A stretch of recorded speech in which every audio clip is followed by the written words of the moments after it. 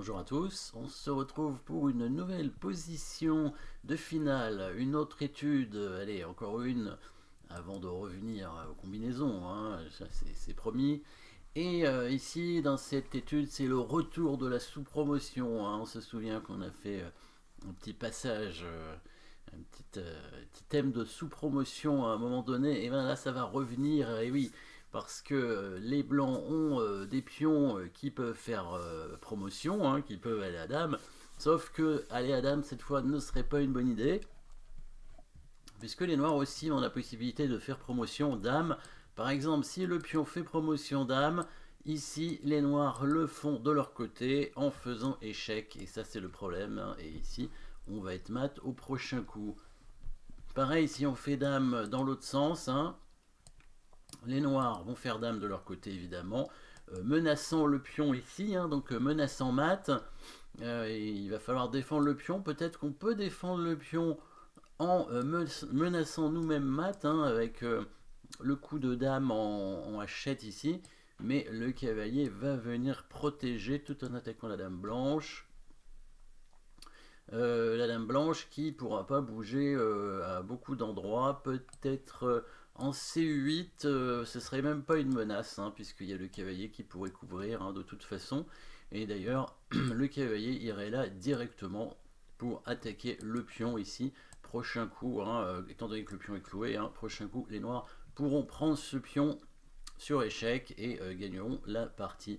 Donc pas de promotion dame ici, donc le coup forcé, bah, finalement il n'y en a qu'un seul, hein, mettez la pause si vous ne l'avez pas trouvé encore, hein, malgré tous les indices, hein, un peu dont on a parlé, trouver le coup forcé qui permet donc de continuer la partie tout simplement avec les blancs. On va même gagner, hein, si on se débrouille bien, ça va être assez amusant.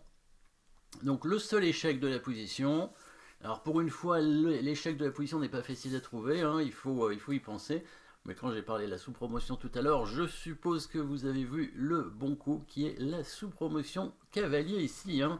Échec, et oui, le cavalier qui peut avoir un intérêt par rapport à la dame, hein, puisqu'il fait échec, et il a un déplacement différent de la dame, donc il peut faire échec ici. Le roi donc est obligé de bouger, hein, on ne peut pas parer l'échec autrement.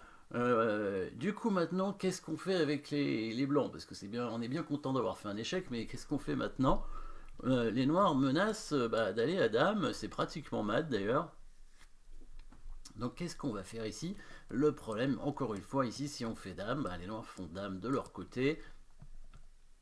Et on est presque mat, hein, si on peut aller là avec le roi.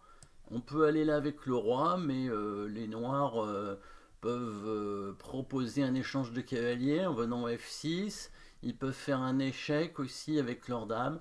Bon, il devra avoir un échec perpétuel, hein, a priori. Peut-être les noirs ne vont pas gagner, mais en tout cas les blancs non plus, hein, voilà. On va faire des répétitions de position comme ça. Et si le cavalier avait couvert l'échec, là il y avait la fourchette évidemment, hein, alors là ça allait pas du tout. Et l'échange des dames n'était pas intéressant non plus, hein, a priori. Le cavalier noir, hein, qui peut venir faire échec par exemple ici, et ensuite venir attaquer ce pion par exemple, et voilà, en tout cas les noirs ne perdront pas la partie, ils ont même un pion d'avance, hein, dans cette finale, donc il n'y a pas de raison qu'ils perdent dans cette finale. Donc qu'est-ce qu'il fallait faire ici quand le pion menace d'aller à dame? Mettez la pause à nouveau et n'oubliez pas le thème de la position d'aujourd'hui. Et oui, la sous-promotion. Donc ici, on fait bien une promotion cavalier aussi avec le pion. Et oui, pourquoi promotion cavalier? Parce qu'on a une menace discrète, bien entendu, hein, la menace de mat ici. On remarquera que le cavalier noir ne peut pas bouger, sinon c'est mat d'une autre façon avec le cavalier qui vient en F6. Donc le seul coup pour les noirs, c'est d'aller à dame avec leur pion. Et bien sûr, on va couvrir l'échec en mettant le cavalier en G7, en faisant échec, bien entendu, ce qui oblige la dame noire à prendre le cavalier, il n'y a pas d'autre coup. Voilà, le roi prend la dame, et maintenant les noirs sont en zugzwang.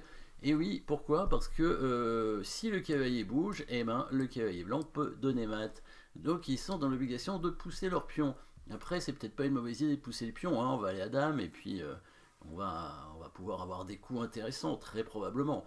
Donc ici avec les blancs, qu'est-ce qu'on va faire? On peut pas faire grand chose hein, avec le cavalier et le roi, hein, ils sont assez loin. L'intérêt de laisser le roi et le cavalier ici, c'est de bloquer un peu les pièces noires. Hein, le cavalier noir qui ne peut pas bouger toujours à cause du mat. Et bien sûr, il y a ce pion qui va avancer, mais nous aussi on a un pion. Donc on va tenter de l'avancer. Allez, il avance de 2 cases, donc il va arriver juste à temps. Hein, le cavalier noir, bien sûr, ne peut pas le prendre.